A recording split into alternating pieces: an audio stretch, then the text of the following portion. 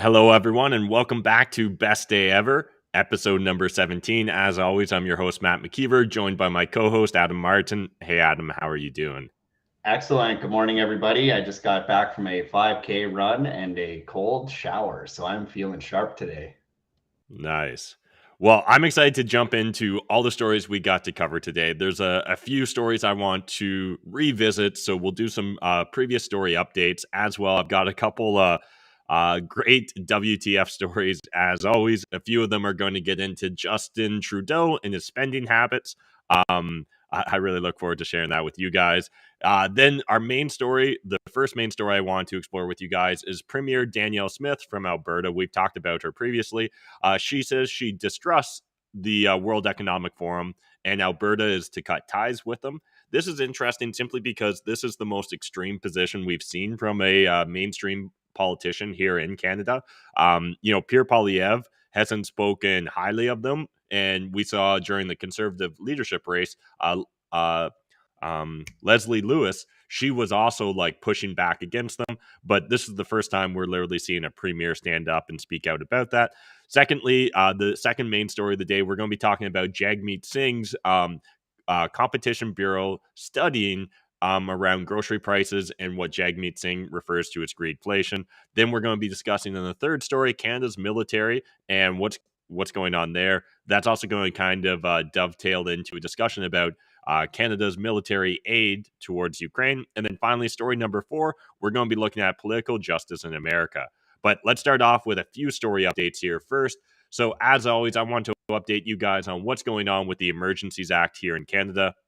So this is from True North, Day 8 recap of Emergencies Act hearings. Ottawa police had planned ready without Emergencies Act. So I don't know if there's been like a true smoking gun moment, but there's just literally this giant piling of information, data, and proof that it really seems like Justin Trudeau and his Liberal cabinet were not justified in implementing the Emergencies Act. And, you know, again, this isn't a smoking gun, but this article in particular just hit home in regards to the update because there's a discussion here where you can literally see in real time the liberals, the bureaucrats, the administrators are massaging the definitions of language. And any of us that have studied history, any of you that have maybe read 1984, know what a dangerous path that leads towards. And let's just jump into it. So, throughout his testimony, Bell accused protesters of committing acts of violence, even going so far as to accuse protesters of committing crimes and inflicting trauma on local residents. Miller pressed Bell on accusations of violence and highlighted the fact that no evidence to date has emerged of any physical acts of violence from protesters toward Ottawa residents, despite multiple acts of violence inflicted on protesters from law enforcement. Is it fair to say when you use the phrase violence, you're not describing any form of physical assault, are you? Miller asked Bell. Physical assaults contribute to what I'm describing. I was specifically describing the violence that our community felt as a result of the culmination of actions that occupiers engaged in, said Bell. So the violence that they felt, not actual violence, is that what you're saying? Miller questioned. That is correct. Not the criminal code definition of violence, Bell responded. Bell also went on to confirm that the so-called violence he was describing, which included trucks blaring horns and trucks running 24/7, was not technically violence as it relates to the criminal code.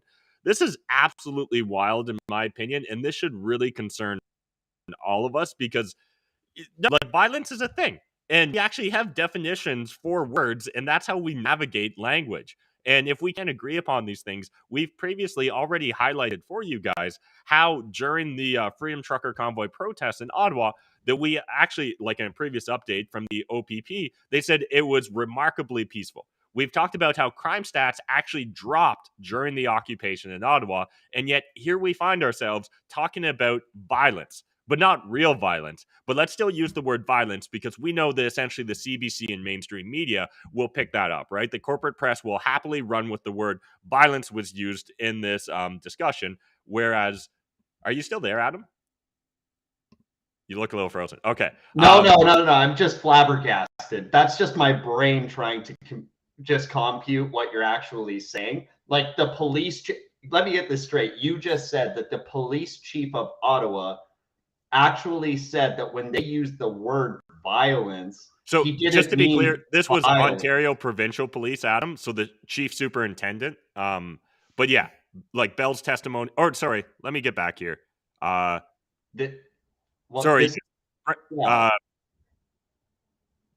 Yeah, Steve Bell is the Ottawa police chief. Sorry, my bad. Yeah. Okay, so the police chief of Ottawa, our capital city, said that when he said violence, he actually meant what the residents felt because he's an expert of how the residents felt and not the actual legal definition of violence as in an assault or any type of physical altercation. That is literally incredible. That is like double speak. That is Orwell. That is like everything that we've been warned about by every piece of literature ever. Like, that's insane. It is. And like what's even more insane is that they feel comfortable saying this, right? It'd be one thing if they were maybe behind the scenes thinking this, but for them to be willing to give testimony in regards to this. And if you guys want, you can watch the entire video here from True North. But it blows my mind that everything seems to be unraveling around the narrative. And yet, like we covered yesterday, Jagmeet Singh will probably continue to support the Liberal government regardless of the actual results of this. Under questioning from Commissioner Council, Bell described the behavior of the convoy participants prior to arriving in Ottawa as extremely lawful, and he testified to the fact convoy leadership had peaceful and lawful intentions when they arrived in Ottawa.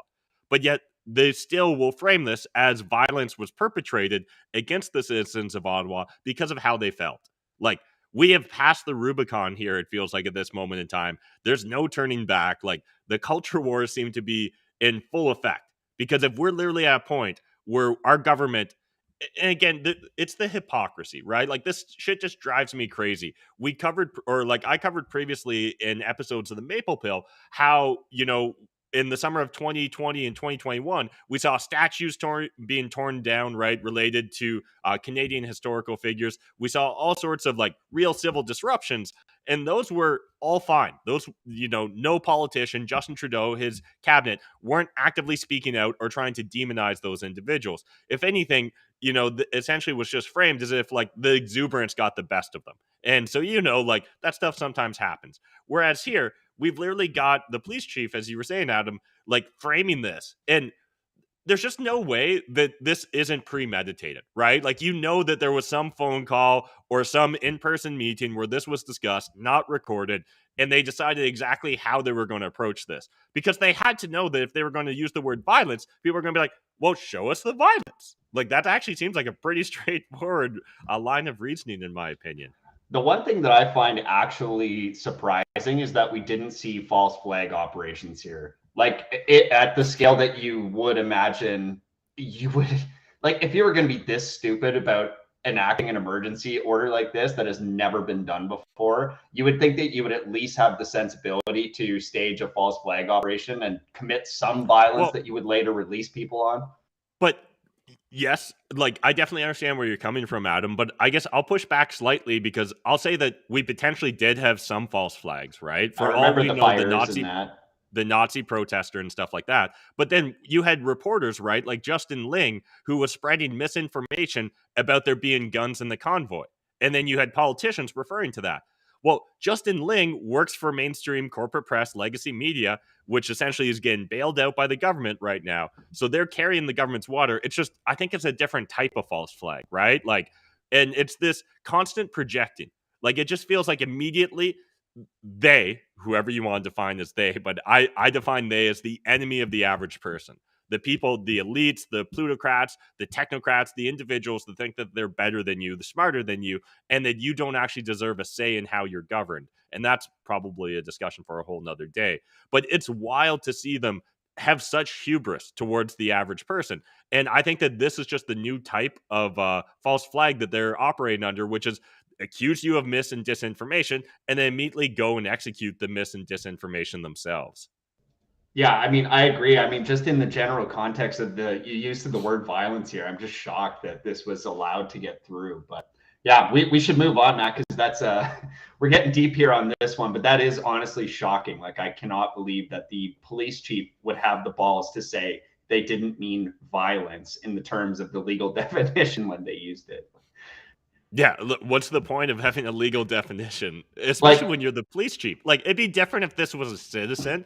Like we had like we've had multiple witnesses come forward with testimony saying how they were traumatized, right? And yet, even like the one witness, right? She was talking about how horns were blaring, and the only violence she witnessed were people in her building throwing eggs at truckers. And yeah. like, yet, that doesn't grab the mainstream media, corporate press, legacy, attention, and it just drives me wild. But you're But right. like, We'll keep.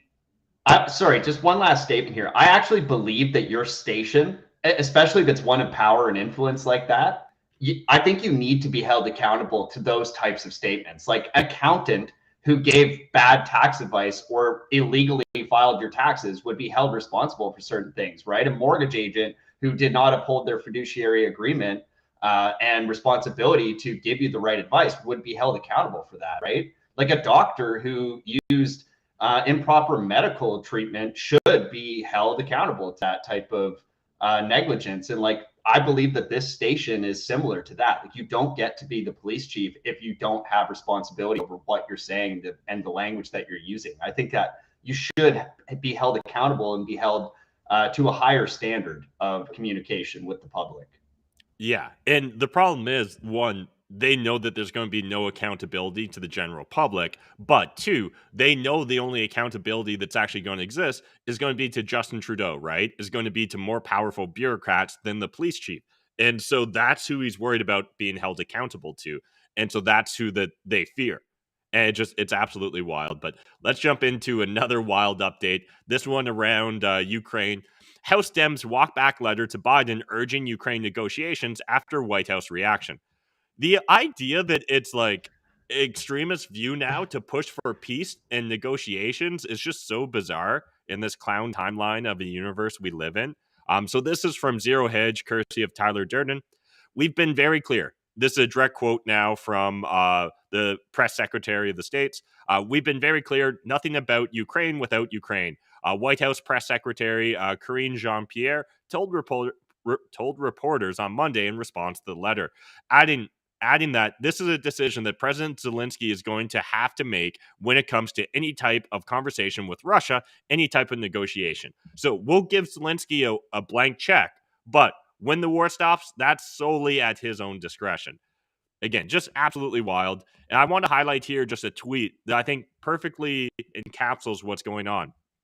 There is no dramatic shift urged in this letter. Rather, the opposite. It's just PR by the progressives to show they're politely suggesting diplomacy, which Biden will say he already agrees with. They threaten no tangible legislative action and endorse the policy status quo. And that's really what this is. I think that this was just a PR stunt to try and frame things as like, yeah, we all agree with diplomacy, but only the diplomacy as Zelensky sees it, as the Ukrainian people see it. There's no other room for maneuvering there. And last night, I tuned into an episode of Jimmy Dore, which, if you guys haven't checked out Jimmy Dore, encourage you guys to go check him out. But in that episode, Jimmy's exploring the idea that, it turns out that from 2014 up until present day when Russia invaded, it turns out the Ukraine government, and a lot of us already knew this, but they were turning up the dial on the conflict in the kind of breakaway region of the Donbass, right? And again, this just feels like politicking, political maneuvering that was all done with the explicit purpose of essentially trying to drive a conflict in Ukraine so that we can have a new Afghanistan, a new Iraq, a new Vietnam War.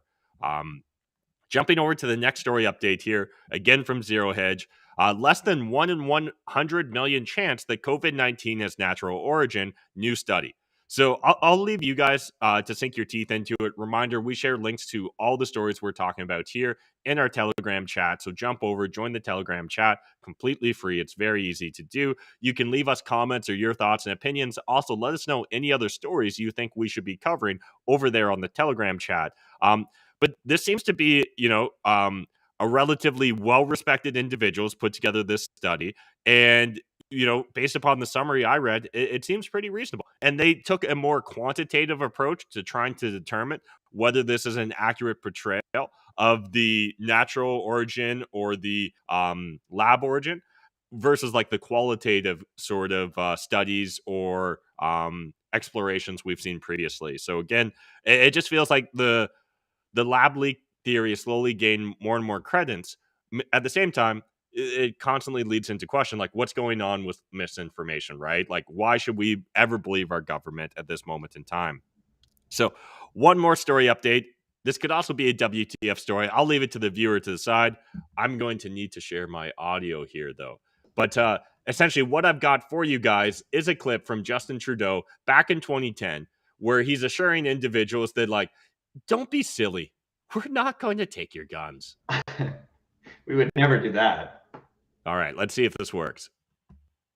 A large puzzle that counteracts crime. A piece of a large puzzle that counteracts crime.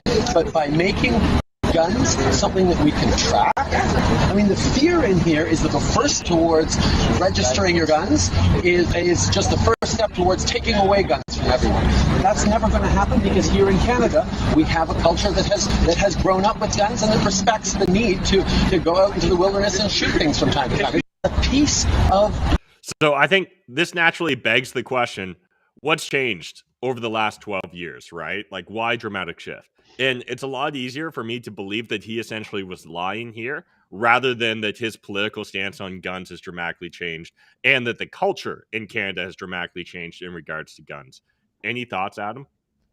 Yeah, I mean, we touched on this yesterday when we were talking about the new handgun ban on sale, transfer, and purchase. And it's unbelievable to me that any of this could be justified because there's literally no evidence suggesting that prohibition will solve crime patterns.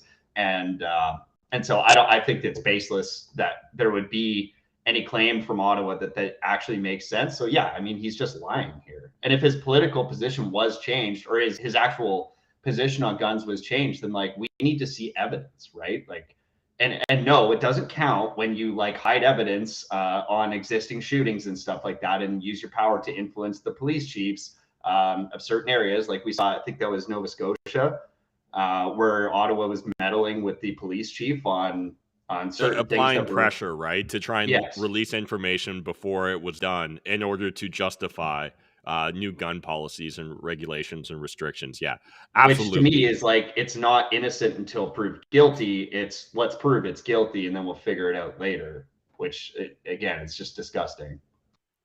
Yeah. And I can't help but feel like it's really just him trying to play to his base, right? But let's keep talking here. This is definitely a WTF story, in my opinion. Again, talking a little bit more about guns. Alec Baldwin marks 1 year anniversary of his killing a woman with unbelievable tone deaf Instagram post. And yeah, it turns out that there's some celebrities that are so detached from reality that must live in such a bubble that they don't even understand the hubris that this appears to show, right? Like, could you imagine shooting a woman and a year later showing like a memorial of her and being like, what did he say? 1 year ago today. So he doesn't even get into like, I'm sorry this happened. You know, what a tragedy. Just 1 year ago today, this bitch died and I killed her. Oh man, I didn't see this post, Matt. That's crazy, dude. And like, actually, if you look into the circumstances surrounding this situation, like this is one of the examples where appropriate gun handling and safety and training can all be deployed with legal gun owners and in great safe settings, like we should have when there is legal gun ownership. That could prevent stuff like this. Like you never point guns at people. Like unless this is specifically your trained objective and you're wanting to kill somebody, you just don't do it. And so like the fact that this wasn't part of the shoot, excuse the double entendre there with shoot, but like it wasn't part of what they were filming that day. That is so insensitive and shitty because like this was clearly negligence. Like I don't know how you could look at this any other way. Like he must be at fault for this. Like, that's so crazy. Well, and like, even if you were to give him the biggest benefit of the doubt, right? Like, let's just say this is truly a tragic accident and no one's to blame for it. Again, how could you not understand how the average person's going to respond to this, particularly when you just say 1 year ago today? Like, you don't even elaborate and get deeper into, it's so tragic. We need to see more strict rules on sets, right? In order to protect whatever. Like, there was a way that his PR team could have definitely pushed this out and got less crazy. backlash, and instead, like, just zero fucks given, in my opinion. Wow, dude, that's like actually one of the craziest things I've ever seen. That's literally brutal. let them eat cake. Like, Yeah. why are these poor people complaining? Just let them eat cake. Why are they so mad I killed a woman? I said 1 year ago today. Like, if I want to believe in a cabal of like evil lizard people that sacrifice humans, like, this is the sort of craziness I'd expect, where they're like, it's not just enough to kill a person. I need to rub their nose in the fact that I did it and I plan to get away with it. Man, I have not seen that, but I am glad you brought that up, and that should have been a WTF. Yeah. Well, like I said, it was definitely a WTF story, in my opinion. And another WTF story here. This one's a little bit more nuanced, I think. Or actually, sorry, this one, take it at face value. The next one's a little bit more nuanced. This is from Toronto Sun. Canada's delegation to Queen's funeral spent almost $400,000 for hotel rooms alone. One of the hotel rooms cost $6,000 a night. Yeah, this is all just government waste. There's no need for this. You know, with all the sort of like austerity we should be taking in right now, as we see rampant inflation, there's no justification for this. I don't understand why we need to pay homage to the Queen, the royalty, all that stuff. And I certainly don't know why it needs to cost us almost $500,000 in taxpayer dollars just for hotel rooms. You know, what other crazy ass expenses are on that tab? But let's jump over and keep talking about crazy expenses in Justin Trudeau. Justin Trudeau billed taxpayers $1,000 for drink box, water bottle sort of things. Now, to be fair here, I actually think the National Post is a little bit offside with how they frame this. Because originally, like, I was ready to hate Justin Trudeau on this. Like, you know, I have no doubts that he wastes taxpayer dollars. That's just like, that's built in my DNA at this moment in time. The Trudeau family racks up a taxpayer-funded grocery budget of approximately $55,000 per year, including $1,000 for Flow water boxes since September 2020. Now, $55,000 a year for groceries, when I assume that that doesn't include any of their eating out, seems wild. And I was ready to hate on Justin Trudeau hard. But if you go deeper in, it turns out that even back in 2015, let me find it here. Yeah. In 2015, Conservative leader Stephen Harper's annual family grocery budget averaged out to $52,000. So that's actually even more crazy. Like, I just wasn't paying attention to politics the same way as I do today, but I would be outraged in 2015, 7 years ago, a politician and their family spending $52,000 in taxpayer money for their groceries. Why does the taxpayer need to pay for your groceries? We already pay for your house. We pay for everything for you guys. Like, it's so bizarre. It's like they're a pet, but instead of being a pet, like, they get to dictate every aspect of your life, right? Like, at least, Adam, you get to decide when Mayday goes in the crate. Whereas with politicians or a prime minister, it's literally the exact opposite. We just have to give them all our resources, and they get to do whatever they want. And constantly, with Justin Trudeau in particular, they get to belittle us whenever they feel or see so fit, right? Like, you're a misogynist, you're a racist, you've got unacceptable views. I'm so past it. Anything quickly on this? Yeah, that's wild. I realized I actually switched computers today, which is embarrassing because apparently you need to change your preferences in your Mac to allow screen sharing, and now I have to quit Google and restart it. But I actually have a tweet here from my Twitter account, September 8th, 2022. I can't wait to see what this costs Canadian citizens and taxpayers.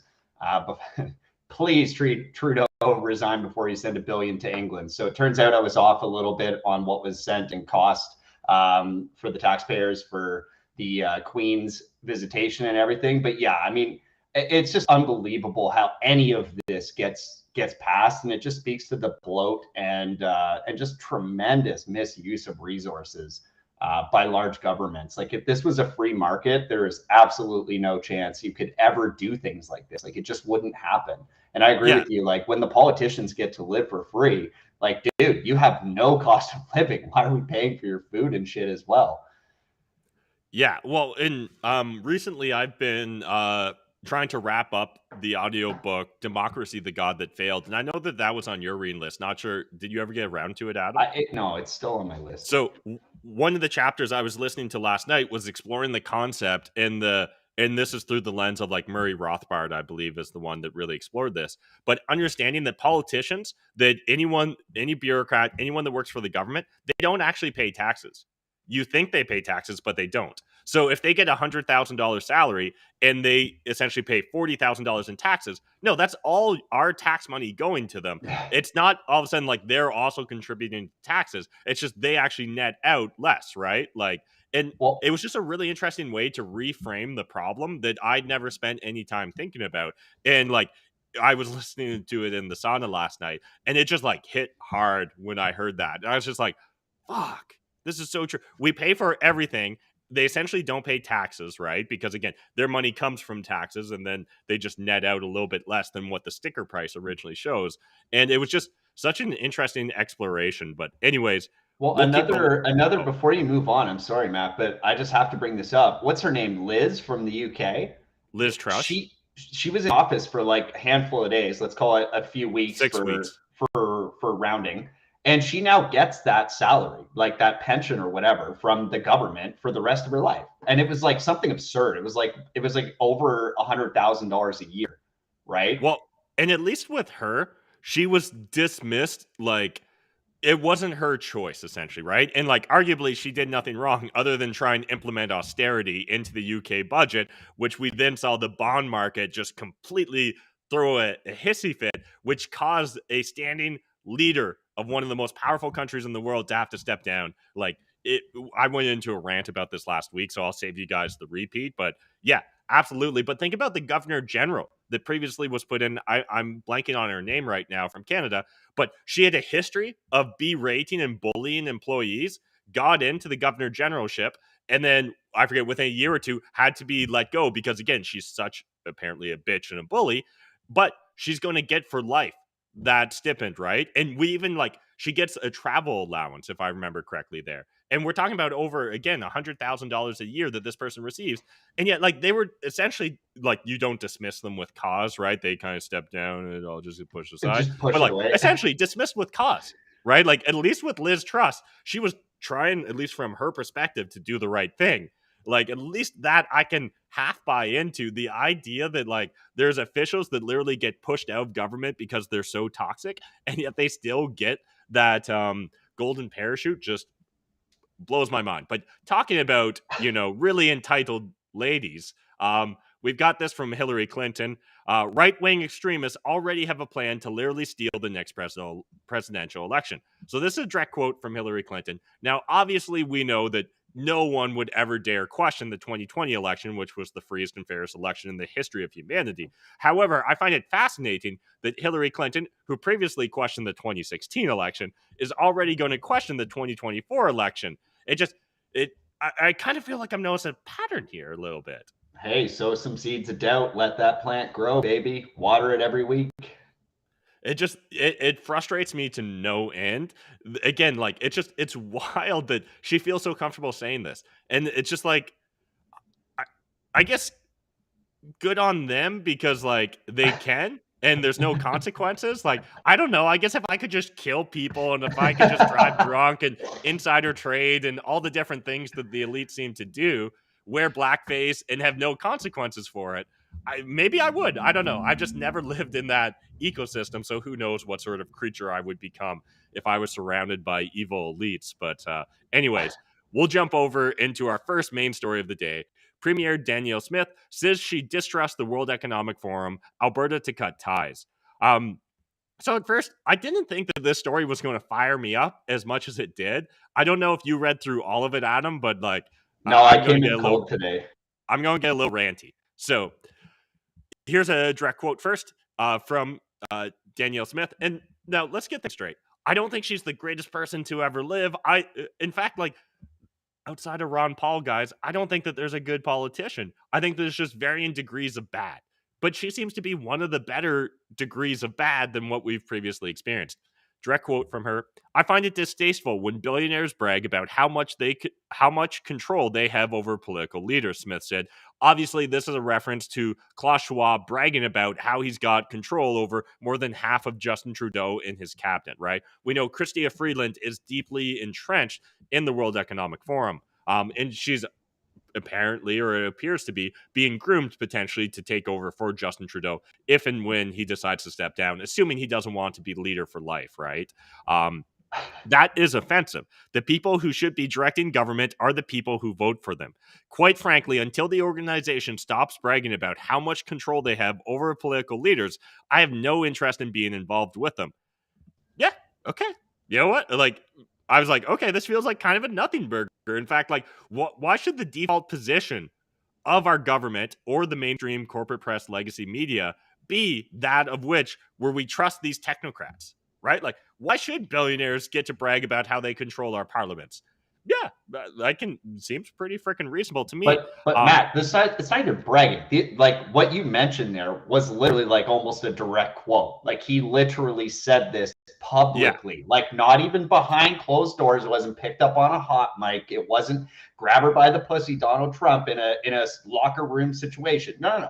This is at a public speech. He literally said, "No, we've got control over half of Justin Trudeau's caucus. He's great." And you're like, "What? Like this is what you're willing to say publicly? What's being said behind the doors? Like, what else do you have control What are over? you scared to have heard, right? If this is what you're comfortable having people listen to.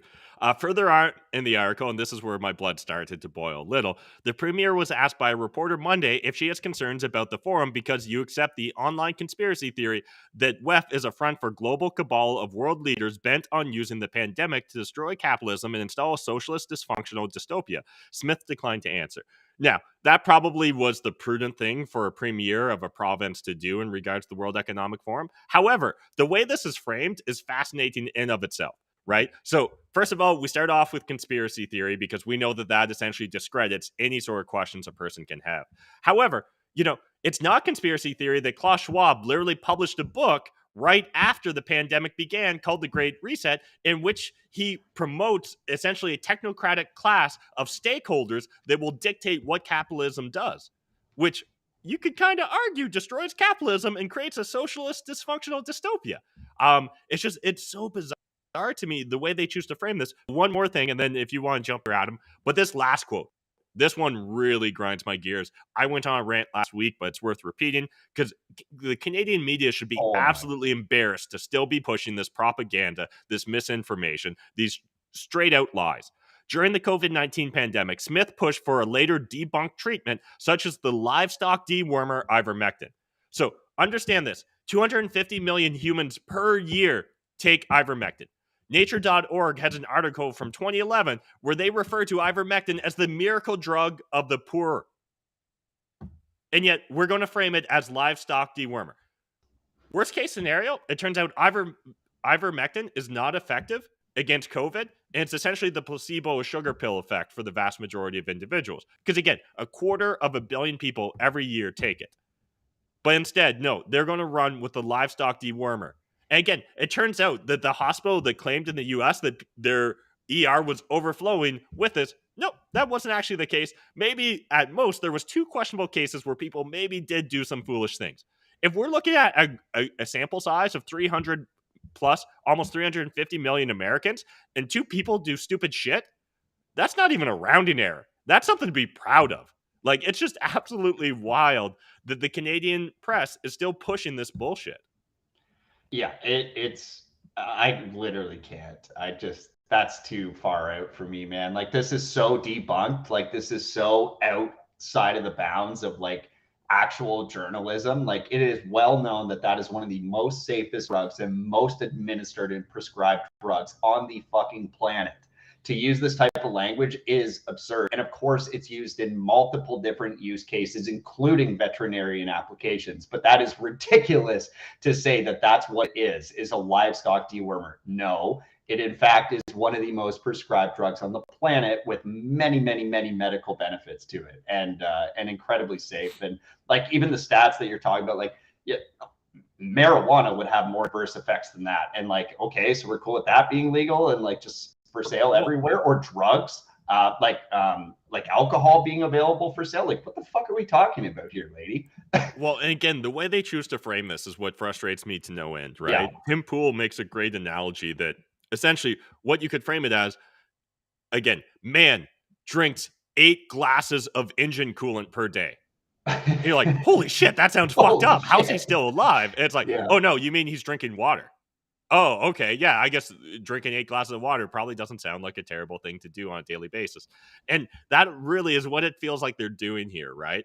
And now again, like there's a story that was making the rounds this weekend that we didn't get a chance to cover that I'll bring up here now because I understand that I do have a bias towards right libertarian or even contrarian takes. Like we saw some stupid shit come out Donald Trump just the other day as well about wanting to lock up reporters that report misinformation and essentially saying that like once they get raped in jail they won't want to do that again. And like yeah, that's disgusting and wrong too, but there's something about like I think it's obvious when Trump is talking out of his ass and when he's making a joke.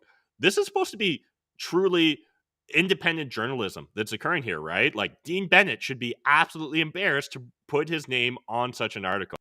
And I hope someday that there will be consequences for individuals. Not violent consequences, but if nothing else, a good old fashioned public shaming would definitely make me a bit happier. But, anyways, let's jump over to Jagmeet Singh, who he needs a good, healthy dose of public shaming as well. Breaking: New Democrats have secured an investigation into your food prices. Today, the Competition Bureau announced that it is investigating the sky high cost of food. We're leading the fight against corporate greed. Again, he's regularly referred to this, especially in regards to the grocery sector, as greed inflation.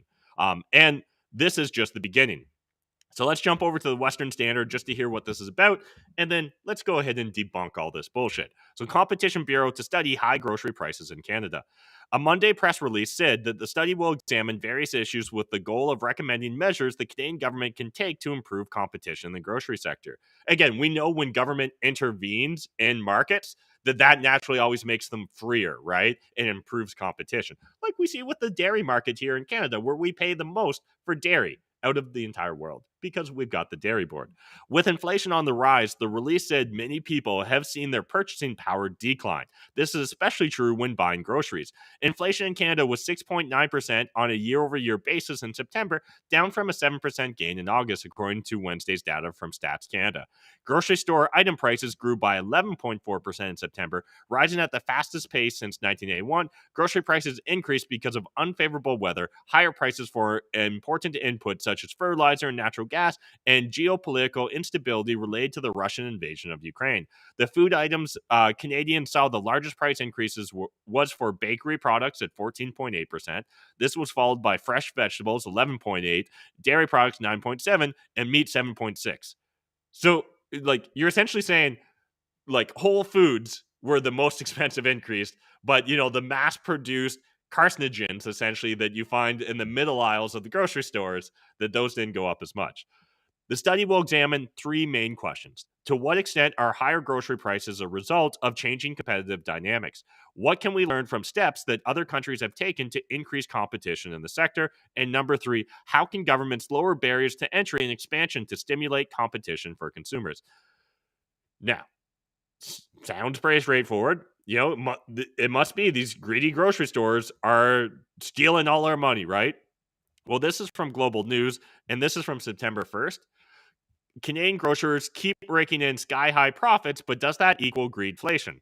So, indeed, revenues have increased dramatically, but so have the cost of goods sold, said the report, which was based off research by the Dalhousie University professor of food distribution and policy, Sylvain Charlebois. For example, while Loblaw's gross profit margin was 3.76% by the end of 2021, that's only up slightly from the 3.57% margin posted in 2018. Similarly, Empire's margin also grew less than 1 basis point over the same time period, from 1.64% to 2.08%. Metro, which actually saw a negative margin of 0.24% in 2018, posted a 0.44% profit margin last year. So there's a lot to unpack here, but understand, based upon like my quick little research, I think Sobeys is the largest player, right? And they're about 30% of the grocery market in Canada. But when I look at this, like, let's say that, you know, Jagmeet Singh decides this actually meets his definition of greedflation. Well, how much can you really roll back prices? It seems like at most we could look forward to rolling back prices at Loblaws, or maybe I mixed it up. Maybe it's Loblaws is the biggest. I forget. It's either Loblaws or Sobeys. But either way, the most profitable grocery store, Loblaws, 3.76% gross margin. So we can maybe reduce grocery prices by 4% if these grocery stores decide to work for no profit, if the shareholders are fine never making a single penny off of their investment. Well, that's still not even going to keep up with the inflation going on. Like, this is just clown world on repeat. And I guess we should maybe be mildly impressed because Jagmeet seems to at least be trying as a politician these days. Like, at least he's coming up with like a clever word, greedflation. But outside of that, like, this is just bizarre. Like, did he not look at any of the data? Does he just assume that every one of his supporters and the average Canadian will just ignore data and focus on emotions only? Maybe this is like violence, right? Violence is such a flexible term these days. Maybe things like greed or profit's very flexible too. The last thing here, it may look counterintuitive, but the numbers are not pointing to commercial abuse towards consumers, the report says. So again, lots of data here. If you guys want to jump into this article or any of the articles we've covered so far, join the Telegram chat. You can find links there. But Adam, hot take. Yeah, it's pretty amazing and embarrassing, but I think at this point they're just betting that if they get inflation to high enough numbers that the average Canadian will be too busy trying to figure out where their groceries are going to come from and how to pay for them, whether it's a consequence of inflation or greedflation as they're putting it. Like, I think the purpose here is just to keep the rat on the treadmill. And that seems to be working. And if they can keep you distracted with conflicts abroad and incredible inflation and just destroying markets and housing markets, then maybe you won't think about this type of stuff. It just like, I don't know. I hate being wrong. So like, I'll literally, to try and not embarrass myself because it causes such embarrassment, like do some basic research on shit usually before I talk out my ass. I don't know why that seems to be too much to ask of a leader of one of the largest political parties in Canada. Yeah, I mean, I'm just astounded that in like 10 minutes of Googling, and I don't even think you're on Brave right now, but I mean, in 10 minutes of using a Brave browser search, you can come up with more data than these guys seem to be presenting when they're coming to their conclusions. So that's disturbing. And it's not like you actually need to do deep. This is publicly available. These are publicly traded entities, right? Like this shit, you can literally just go to their financial reports and see what's up. But anyways, let's keep rolling here because we've got lots of other stories to cover. Next one from Spencer Fernando. This is going to be talking about the Canadian military. Kind of a grab bag of stories here, but I just wanted to do some random updates on it. The collapse of Canada's military should be the biggest story in our nation. So lots of good points here made, but I want to jump into this one in particular. After the minuscule amount we sent to Ukraine, the government is already saying that we won't be able to replace it for years. Direct quote from the government. The Canadian military will replace over the next 2 to 4 years some of the equipment it sent to Ukraine, but could face a problem acquiring replacements for howitzers it donated. The Canadian Army donated 4 M777 howitzers to Ukraine's military, and those guns have proven effective on the battlefield in that country's war with Russia. Further on, if our country has just 45,000 military personnel who can be actively deployed, that is a disastrous state of unreadiness. Now, obviously, this is Spencer Fernando's opinion there. It is kind of funny to me that it's going to take us years to replace the stuff we sent to the Ukraine. However, honestly, like, I think I'm done with standing armies. I don't even think we need them. Let's just scrap the whole thing, along with almost every other government department and division, in my opinion. But it's interesting to think that we have no problem like sacrificing our safety for Ukraine's. Now, again, I don't actually fear active threats to Canada's sovereignty other than the CCP and what they're doing with the fentanyl trade and money laundering and things of those nature. Jumping over to another aspect in regards to what's going on with Ukraine and the Canadian military. This is from plowshares.ca. Canadian military aid to Ukraine in 2022. In response to Russia's February invasion of Ukraine, Canada has announced successive shipments of military goods to Ukrainian government. As of October 2022, the value of all committed transfers was in excess of $600 million Canadian. The volume and speed of these government-to-government transfers conducted by the Department of National Defense are unprecedented in Canadian history. Now, if you want to go deep into the details, we won't have time here, but you can literally look at these line items. Sometimes there's even a direct cost allocated to it, but you can see it's like 25 million here, 1 million there, 50 million there, another 50 million there, 98 million. It adds up over time, right? Again, we talked about how the Canada Dental Plan for people under the age of 12 is less than $1 billion. But anyways, Adam, anything here in regards to the Canadian military you want to touch upon? No, I think it is just amazing. Like when we look at other social programs that arguably could very much benefit the average Canadian, and then we look at just like the unbelievable misallocation or misuse of these resources to like places abroad that we have no business meddling in. It to me is really staggering. Like if you actually cared about your citizens, you would look at things like even that dental plan. Like if you actually cared, that would be more important for your domestic citizens than, throwing some gas on the fire in a war that we literally have nothing to do with. Like it's crazy. With like essentially no stated end goal other than Russia needs to leave everything, including Crimea, which they've controlled for an extended period of time and historically had always been a Russian territory. But talking one more little story here based upon Canada and the Ukrainian military, Canada, and this is courtesy of the Ottawa Citizen, Canada has no way to track weapons donated to Ukraine despite concerns arms could lead or could end up back on the black market. The Canadian Forces confirmed is not taking part in NATO discussions underway to try to deal with the potential issue of arms smuggling from Ukraine. And I think that why not even be part of the discussion? Are you just literally like, nah, once we give them the guns, it's their guns. They can do with it however they want. Jürgen Stock, the head of Interpol, warned in June that after the war, he expects some of the weapons delivered to Ukraine will end up in the hands of criminals in Europe and in other nations. Now, where have we seen this play out before?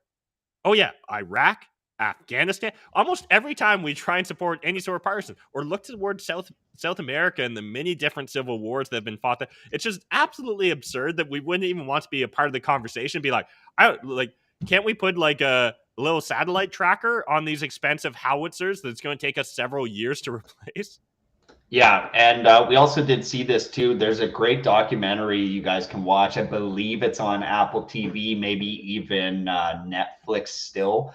But either way, Google this. It's called Operation Odessa, and it's a fantastic documentary that covers a Miami gangster, I guess, like drug dealer, cartel dude. And anyways, they were able to actually buy a nuclear submarine. And they were asked at the time, do you want to buy nukes with it? And they were also at the same time, they were buying all sorts of weapons and stuff like that. But like, these are sort of the unintended consequences. Like all this conflict's going to go on right now. And then at some point, logically, it should end eventually.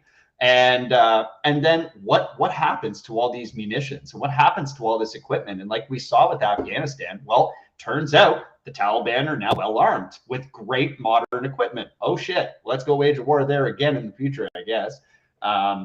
The very same thing is going to happen with Ukraine and Russia here. And we've literally got countless examples of this happening. But anyways, if you guys want to watch a fun cinema production about this, true story, and they outline what's true in that one, go watch Operation Odessa to just see how this can play out. It's hilarious. Yeah, and I can't help but always think of the Dave Smith quote, and he's got it as part of his intro on Part of the Problem podcast. But want to know who our next enemy is going to be? Look at who we're funding today.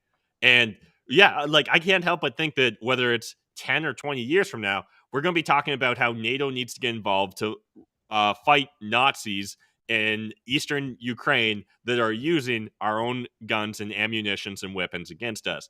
At this point in time, that just feels like a default assumption, assuming we don't have a nuclear Armageddon in between then and now.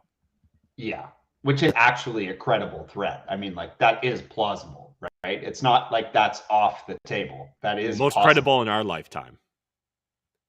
All right, guys, let's jump into the last story of the day. This is from the Ron Paul Institute. Again, I referenced him earlier. I think the only honest politician potentially ever in my lifetime to exist, maybe in the history of humanity for all I know. But I thought it was great because it's an exploration of political justice in America. I think that we're going to continue to see our institutions become more and more partisan. And what that means is it's going to become more and more about political grandstanding. It's going to be more and more about punishing political opponents, right? Whether we're looking here in Canada with what played out with the Freedom Trucker Convoy protesters, right? Or Tamara Lich in particular. Again, think about, we've covered stories previously about individuals that tried to smuggle 250 almost guns into Canada, and within a year they're let out on day parole. Yet Tamara Lich, how long was she held without bail simply because she was deemed a real threat to our government because she might post something on social media? Again, she might literally just be like, I don't like Justin Trudeau. And that would be such a drastic change or such a drastic threat to our democracy. But let's look at Political Justice in America, written by Ron Paul. Joseph Stalin's top henchman famously said, "Show me the man and I'll show you the crime." What it meant was that Soviet justice was about politics, not the rule of law. First decide who, for political reasons, is to be punished, and then the state will provide the crimes for which he will be charged. This dark era of politicized justice has returned with former Trump campaign advisor Steve Bannon's recent sentence to 4 months in jail for contempt of Congress over his refusal to appear before the House January 6th committee. How is it politicized justice for Bannon to be punished for ignoring a subpoena from the U.S. Congress? Because many before him have been charged with contempt of Congress, including Democratic Party luminaries such as Eric Holdler. Remember, I think that's the guy, right, that had relations with a Chinese spy.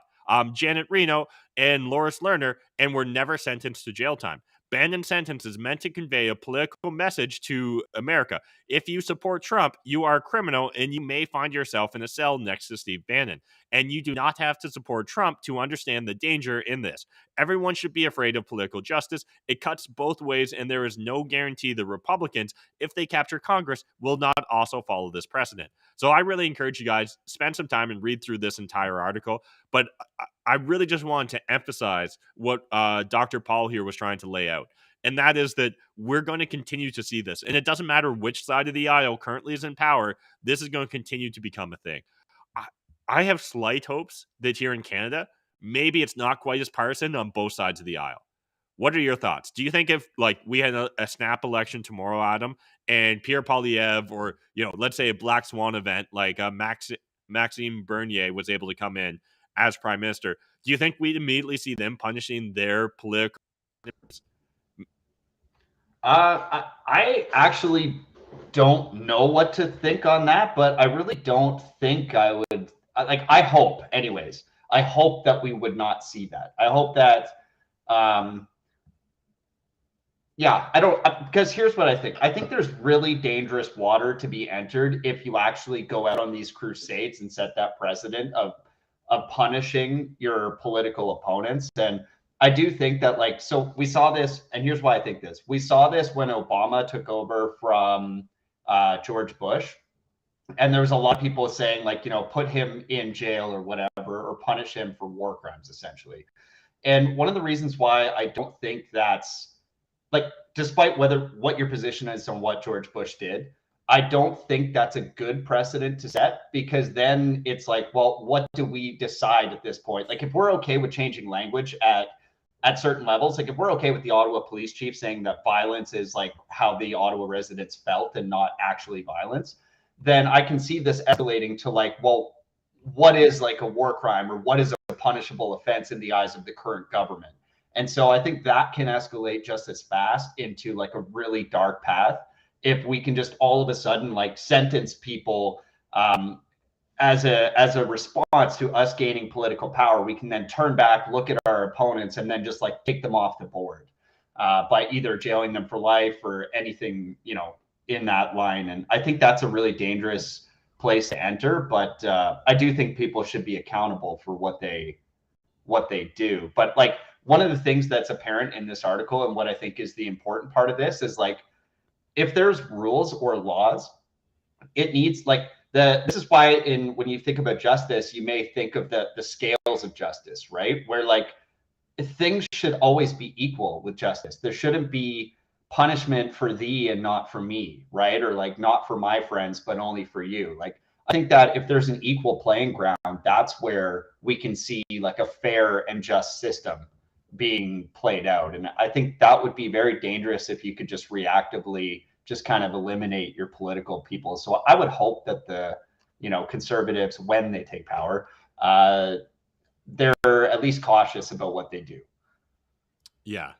Little tangent here, but I just want to correct myself. I realized I misspoke in regards to Eric Holder. For some reason I was thinking of it's Eric Sowell, right? Or whoever it was, anyways, about the Chinese spy. But circling back to that, it is really a nuanced conversation. When do you hold people accountable, right? Like in post World War II era, we saw the Nuremberg trials where we decided that those atrocities had to be punished.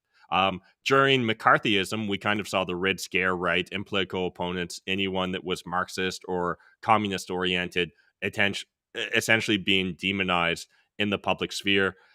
When it comes to what we've experienced over the last couple of years, I'm not decided on the subject matter. I kind of flip flop, where part of me thinks that people need to be held accountable, because if we don't hold them accountable today, what makes us think we'll hold them accountable tomorrow?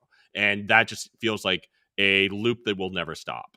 On the flip side of that, I do at moments in time wonder, could we get away with a one-time amnesty where we're just like, okay, let's say someone comes in as a politician, they're like, as of today, anything and everything's forgiven, but moving forward, everyone gets held accountable. Because at some point in time, we need to see individuals fear the consequences of their decisions, right? To fear that there is a feedback loop where if they make bad decisions, if they're a bad actor, that they will pay the ultimate price. Yeah, I don't know. It's a very unsatisfying thing, in my opinion. Like, I'm 100% sure Justin Trudeau will never be held accountable for the crazy shit that happened over the last couple of years and with the Emergency Act. Like, even if he was found in negligence, Justin Trudeau won't be hauled off in handcuffs. That is like almost, I would put the probability of that at like 100% or like 99.99, because there's some random black swan that could have it happen. But like straight up, that will never happen. And I think that there is a broken link in the system with that type of excusability from accountability. So it's like that to me is fundamentally disturbing. But I also do find, like, if you could just like turn around and execute all your people like Stalin would do, right? Because Stalin was famous for this. He would just kill everybody. Like, if he thought that he couldn't trust his political, even the people in his inner circle, if he just thought like, okay, we can't trust this guy anymore, instantly they would just be poisoned or shot and they would disappear, right? So I think that that's like a scary, perhaps conclusion if we go like too far to one direction. But I think you're right, Matt. Like, maybe that, like, okay, from here on, everything is going to be held accountable. That would be an interesting strategy to take. But I think we would just have to be very clear and defined as to what's accountable. Because one challenge with that system too, Matt, is like there are times where I think that we are in we're in periods of great uncertainty where like you wouldn't want a leader to be so afraid of making a bold decision that they choose inaction as a path. Like, I believe that March 2020, when we were like, holy shit, this is a crazy ass virus. Like, if they didn't know anything about this virus and they were like, holy shit, this is wild, and then made the decision to lock everybody down and like just straight up shut the borders and shut the economy down and just say like, stay the fuck home, this thing's crazy. I think that's a very bold decision and perhaps the appropriate decision despite economic and social consequences and whatever. What's brutal is when you get new data and then you continue using authoritative measures like that aren't supported by the data and information at hand. And that's where I think accountability starts. So I think it would need to be very well defined. And I don't know how you define that sort of thing in a period of that much uncertainty. Mm-hmm. Yeah, I certainly don't think we're going to solve it on today's live stream, so we'll keep rolling here because I could spend a long time on it. In some fashion, though, at some point in the future, we do need to find ourselves where politicians, bureaucrats, and administrators believe that there's consequences to their decisions, because otherwise that's where the worst forms of humanity and tyranny come from, is when individuals think they've got carte blanche to ride roughshod over their fellow citizens. Yeah, agreed. 100%. Well, today's Tuesday, Adam. Do you want to lead us into what our second part of the show is going to be? Yeah, for sure. So that was obviously a dark, dirty, nasty little hole we got into there with the last 24. And unfortunately, we find ourselves on that path quite often with the last 24, because we're in a period that is quite uncertain and disturbing. But the good news is we have a best day ever show, right? That happens after this every single day. And on Tuesdays, we actually talk about health, wellness, and personal development. And for today's show, I wanted to go down a bit of a deep dive on a technology that has been used for about the last 2,000 years and originated actually with the Finns.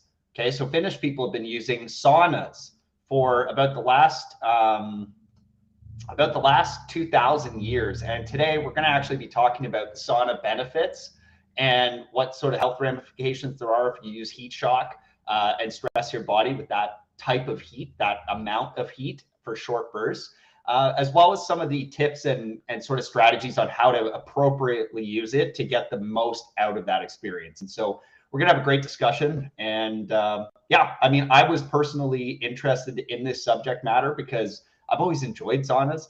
Matt's actually got a sauna at his place, and almost every day I was there, I was using that, and I look forward to using it again shortly, as I will be going to visit Matt at the Citadel for a little while.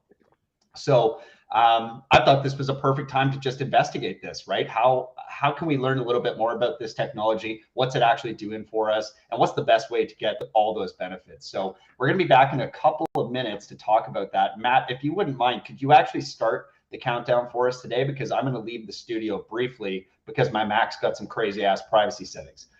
All right, we'll be back in about 2.5 minutes, guys, talking everything saunas.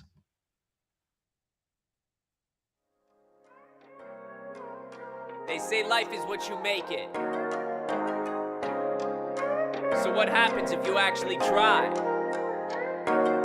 What if you actually tried to get your mind right? What if you actually tried to live the high life? What if you happen to die cause life is finite? What if you actually tried to live your best day ever? What if you actually tried to get your mind right? What if you actually tried to live the high life? What if you happen to die cause life is finite?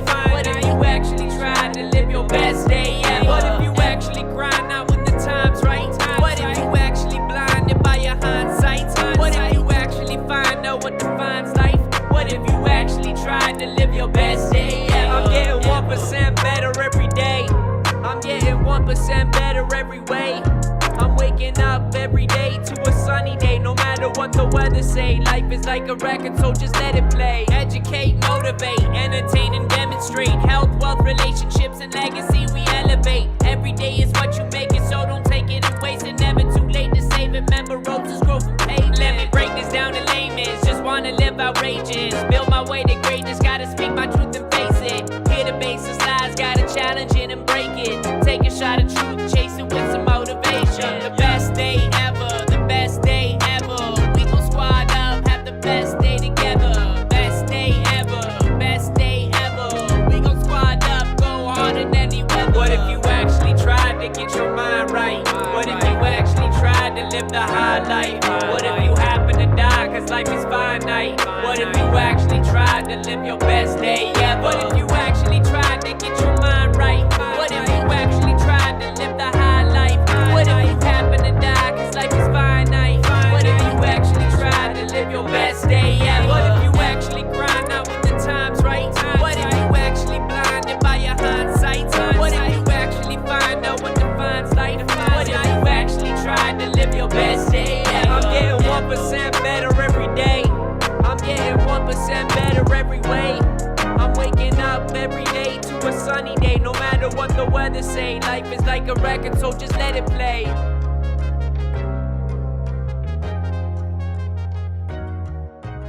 Best Day Ever Media. Song by Dan the Lost Boy. Alrighty, welcome back, everybody. I managed to get back onto the stream despite my Mac trying to prevent that. And today we're going to be having our Tuesday Health and Wellness Personal Development Show. And we are going to be talking about the sauna benefits, tips, tricks, how to use it, and why you should. And I wanted to just start it off with a brief discussion here with you, Matt, and just kind of just ask you some basic questions. And I would invite anybody that's listening to this to participate with us. We've got the Substack article up, and we're going to be reading off of that today with our shared screen. But you guys can go there and actually comment. Okay, so I'd like to hear your answers to these questions.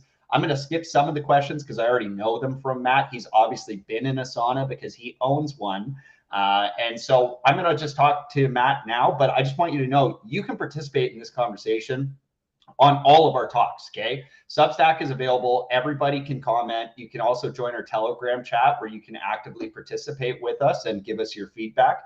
And we would love for you to become more of a part of this discussion. So Matt, you obviously have a sauna at the Citadel. What made you buy the sauna? I always enjoyed saunas, but usually the only time I'd really get exposed to a sauna would be like traveling and you're at a hotel and they've got a sauna or something to that effect. And then back in 2017, I lived with Stefan Arnio for a bit, about a month, and he had a sauna in his building. So he was staying in a condo building, and we would go down there most nights and like do a debrief, like me, him, and his COO. And there's just something really fun about that experience and like, talking about life, the universe, everything, business, politics, all that jazz. And I got a lot of pleasure from that. So I naturally had like fond memories of it. And when I moved up here to the Citadel, I knew that we had like cold as fuck winters, and a sauna to me with the cold just seems so natural. Maybe it's because I think like they originate right in Scandinavia, or there's a huge like culture there. I saw Al was jumping in the comments saying that Thunder Bay is supposed to be the sauna capital of Canada. I've definitely heard that as well, and I know like people that grew up in Thunder Bay, they often have saunas on their property or at like their camp, I think, is usually what they call like their cabin or their shack or whatever. So for me, I was just like, hey, I'm going to move up here, middle of nowhere. There's not a lot of things to do. This is a sort of like luxury, in my opinion, that I'd be very happy to pay for. And so I did. That's awesome. Yeah. Saunas, when I was doing a quick little bit of research on like the history of them, they can like, there's some of the first write-ups on them are about 2,000 years ago in Finland. And if you actually do just a quick search, there's about 3 million saunas in Finland right now. And I don't know the population of Finland, but that's basically a sauna per person. Like that's crazy.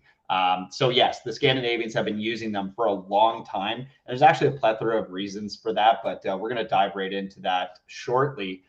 So when you purchased your sauna, like, were you making any considerations about what type of sauna or the price point or anything like that? Or did you just kind of buy the first one that you stumbled on? Yeah, I listened to a Kevin Rose podcast. I'm a big fanboy of his content, and he does a lot of like health hacks, life hacks, all that jazz. Him and Tim Ferriss have a podcast that they often do together, and he became like a huge fan of saunas, and he did like an entire episode deep dive, and essentially he laid out like a few of his thoughts in regards to best practices when it came to getting a sauna for your home. And so I think he said like, go for infrared, like make it simple. So like, I think this is what he said in the podcast, at least, like make it simple. So like, don't have like a wood fired one because it takes a while to get those going, particularly if you're in a cold climate. I know we looked at potentially also getting an outdoor sauna here that would be like wood heated. And when I was talking to a few people that had them, like the lead times on those, I was just like, ooh, I'm not that sort of planner, or I don't like the idea of it. So even like yesterday when I decided to have a sauna, I thought about it, but wasn't fully committed until probably like 3 o'clock in the afternoon. And I was like, okay, you know what? I'm going to turn it on, go for a half-hour walk, and then circle back, and it'll be, up at a decent temperature that I can jump in. So I like the convenience factor of that as well, because for a lot of these things, anything sort of like self-improvement, if there's a path of least resistance, if I can make it really easy for myself to embrace those sort of habits, that's usually the path I'm going to take. That's awesome. Do you have an idea or a best guess? I assume I published this without you having time to read this. So do you have a best guess on what the best time may be to have a sauna? I think I've read a couple different things, right? So I think there's arguments for first thing in the morning or at the end of the day. And some of it even comes down to your individual situation and health, if I remember. I think that I came to the conclusion for myself that it was probably evenings were the best. I honestly don't remember why that I came to that conclusion on my research, but I'm pretty sure that that was the case. Well, I want to, and I think we'll kick it off here. And if you're following along on the Substack, we're going to kind of be jumping around today because this is kind of a complex topic. But all of you that are listening will remember, because you listen to Best Day Ever Media every single weekday, you'll remember episode number 2, where we talk about sleep, right? And when we talk about sleep, there's a really interesting phenomenon. How you go to sleep is essentially your body actually drops its core temperature a few degrees right before it goes to sleep. And that's how you enter into those non-REM phases of light sleep. And that transitions you into essentially your deep state of sleep. And so in the article, I've actually referenced back to episode number 2 a few different times, because it turns out saunas and your body are just all connected. It's one big system, right? Your body's a huge ecosystem, and all of the different organs and systems are set up to, again, work. That's why it's called a system, right? It's all working together. These things aren't completely independent. And so my research turned up that, well, Matt, I think you're correct in saying that, like, it's obviously going to be personal preference, and there are reasons why you might be able to change this, but for most people, you're going to want your core temperature to be dropping at night before you go to sleep. And the reason for that is to kick off that sleep system, right? You want to get into NREM 1 and 2, and then eventually into 3 and 4, so that you can get into those deep states of sleep, repairing your physiological damage throughout the day, or rebuilding muscle, rebuilding and repairing your DNA, as well as recovering emotionally. And you do that during your REM sleep. But if your body can't drop its core temperature fast enough, that just means you're going to be delaying that process, right? So if you're going to have a sauna, say, for example, you go to bed every night at 11 p.m. and you wake up, I don't know, maybe 7 or 8 in the morning with the sun. Well, if you're going to have a sauna at, say, 10 p.m., and then you get out of that sauna, your core temperature is actually quite significantly elevated. Your body is going to have a really tough time, if you don't do something about that, to get that 3-degree drop that it needs from your baseline, right? So you're going to now have this elevated temperature, and you're going to have to get down to your baseline and then drop another 3 degrees from there in order to actually fall asleep. And if you don't do that, you're simply not going to be sleeping. So some people may experience in the evening that you feel more relaxed, and that's totally valid. You are going to have more relaxed musculature and all that stuff, but technically you will be disturbing your sleep pattern. And if you are somebody that's extremely athletic, and somebody that is, if say earlier in the day you had a very high intensity workout, or you were weightlifting or something like that, there are some arguments I did find where you could just actually fall asleep because you're just goddamn exhausted. But I would say, based on what my research turned up, you would be best off, if you could, if it was convenient, to have that sauna a bit more early in the day, right? Like not right before you go to bed, just to help yourself out with that circadian. I just kind of remembered, as you were talking about night and stuff, why I came to the conclusion that at night, and I think the argument was with infrared, that the infrared produces like melatonin, which helps you fall asleep at whatever. So I think that was the argument. And I guess on the cooling down the core temperature, a lot, like, I don't take like a cold shower, but like I take a cool shower afterwards. I know a lot of people say that, like, do a cold plunge, cold shower, whatever.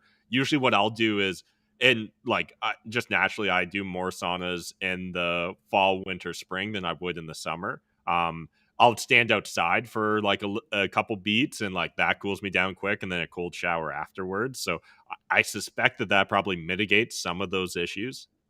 Yes, absolutely. And in fact, a lot of the health benefits that we're going to be talking about, and the studies that I was able to find, are going to actually discuss the pairing of both hot and cold in order to get the most out of your sauna experience. And the reason for that is, again, if you go back and reference our episode number 2 of Best Day Ever, when we talk about sleep, you'll actually find out that a cold shower, or making your core temperature drop, or your body drop in temperature, will actually promote a heat response from your body. Okay, so your body, when it's too hot, it knows to start regulating your temperature and cool itself down, right? And we do that through sweating, and various other physiological systems that relate to essentially what's called the POA. So it's the I'm going to share this here in a second, but essentially your body uses a bunch of different systems to regulate its temperature, and the use of hot and cold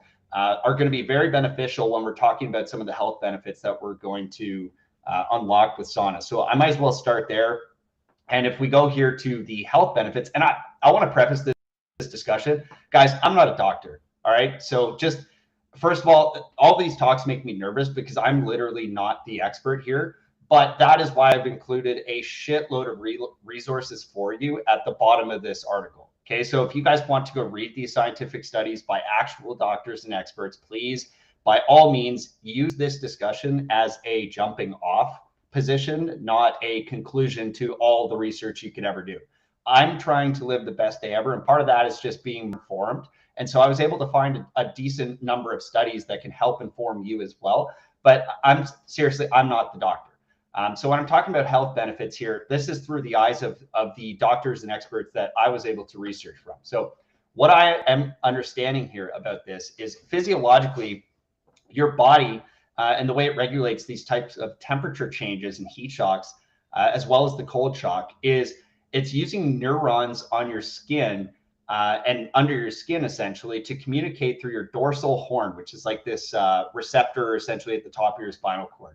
And then that goes into your lateral parabrachial area through your pre-optic area. And your pre-optic area of your hypothalamus is essentially like this control center that tells your body what to think and how to behave when you start experiencing extreme temperature changes, which is really fascinating. And one thing that I didn't realize is that like it literally, so the behavioral element of this, which is really, to me, like it's beautiful, just that we've evolved to be this way. But if you've ever been in a sauna, Matt, have you ever felt like just getting the fuck out of there? Like, have you ever just felt like, holy shit, this is way too hot. I need to get out of here. Yeah, absolutely. Right. I kind of thought that was the point. It was like keep yourself in there for a little bit longer than you would naturally feel like. Right. So, yeah. And So- like, I guess sometimes like, again, just fucking around, I'll do weird things. Right. Like, Yeah. so a bunch of like squats or something in my sauna because I've got a little bit of room to move around. And yeah, I think that's kind of where some of like the pleasure or the natural high comes from almost. Right. Is like, knowing that there's some discomfort there and that you're willingly and knowingly doing so.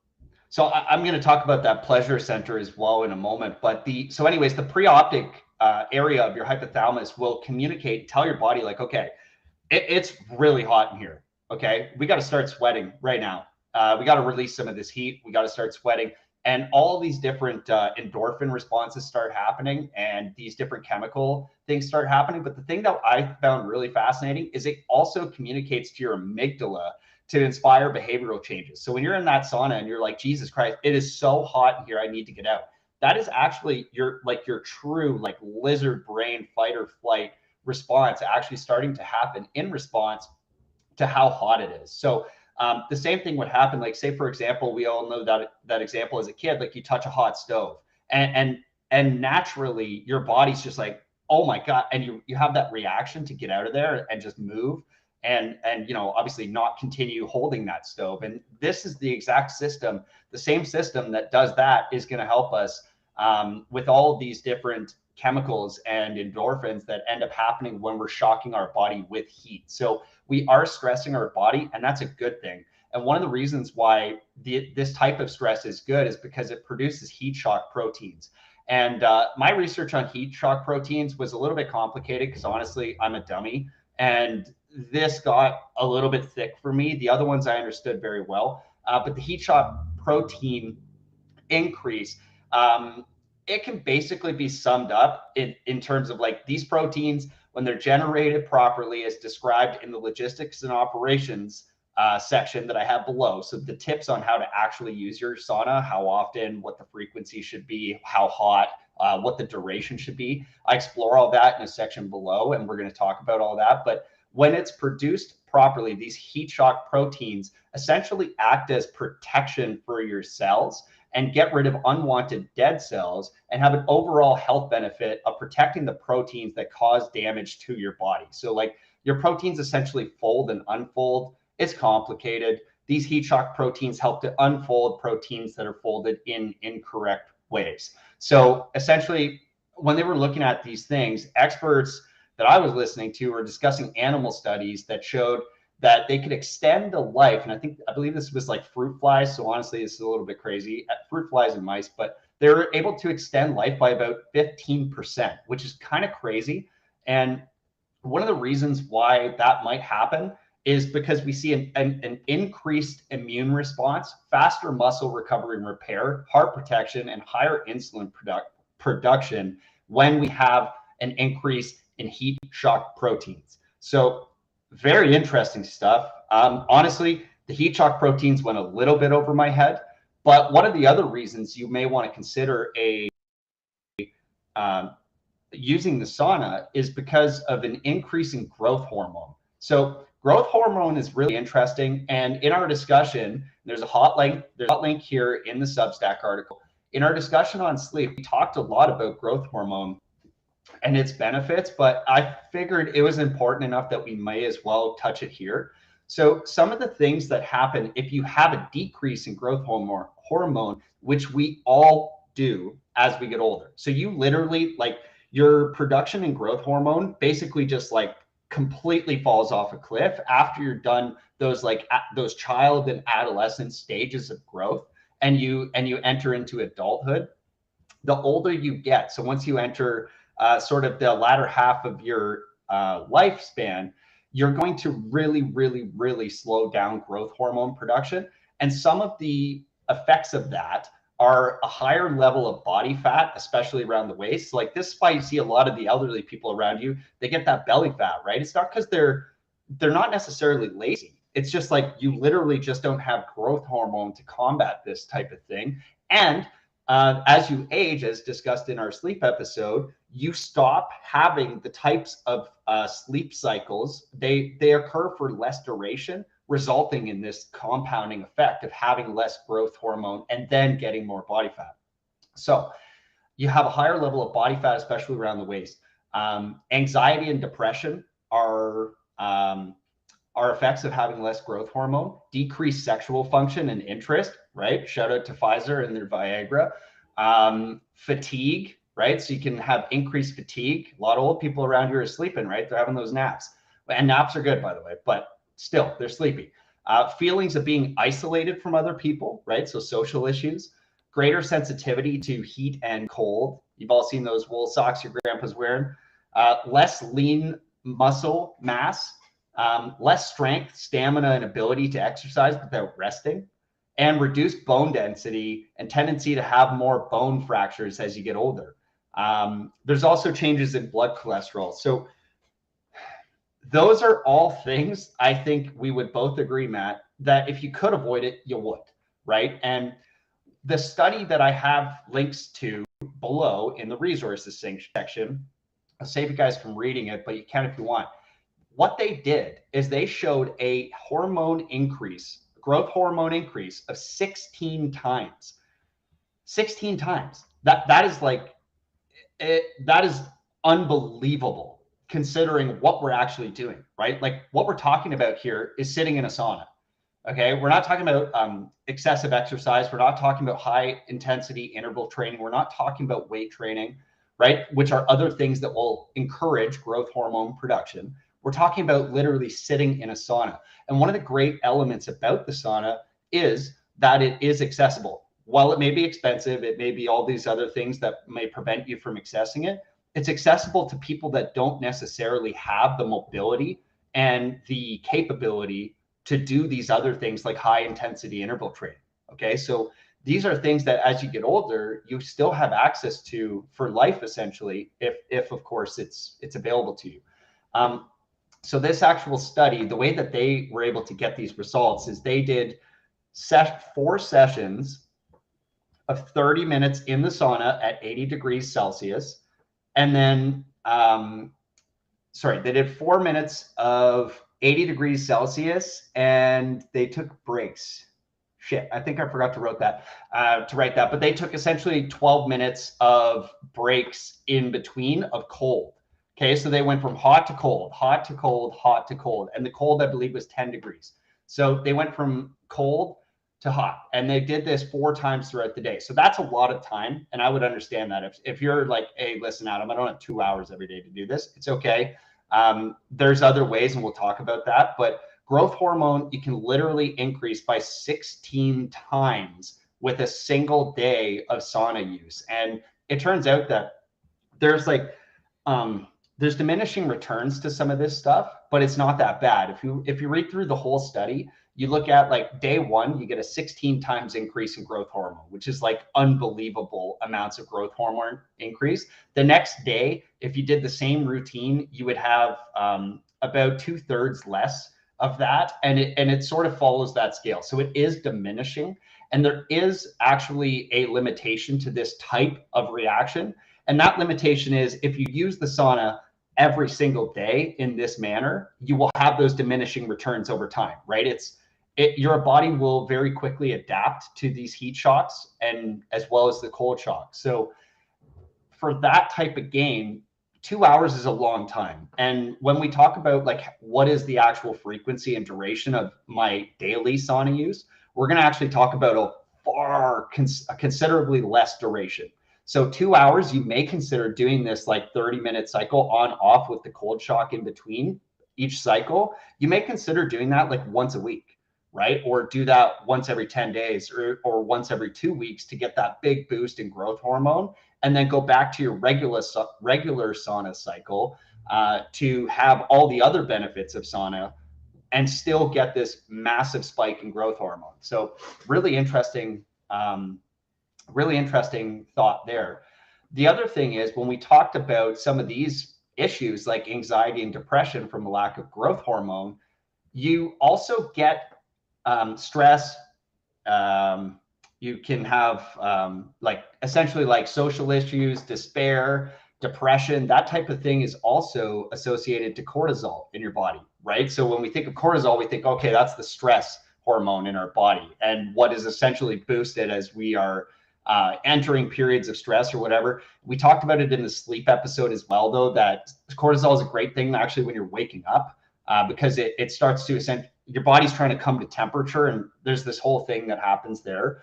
But cortisol, any other time throughout the day, essentially, is not that great for you, and is associated to stress, depression, anxiety, social issues, and that type of thing.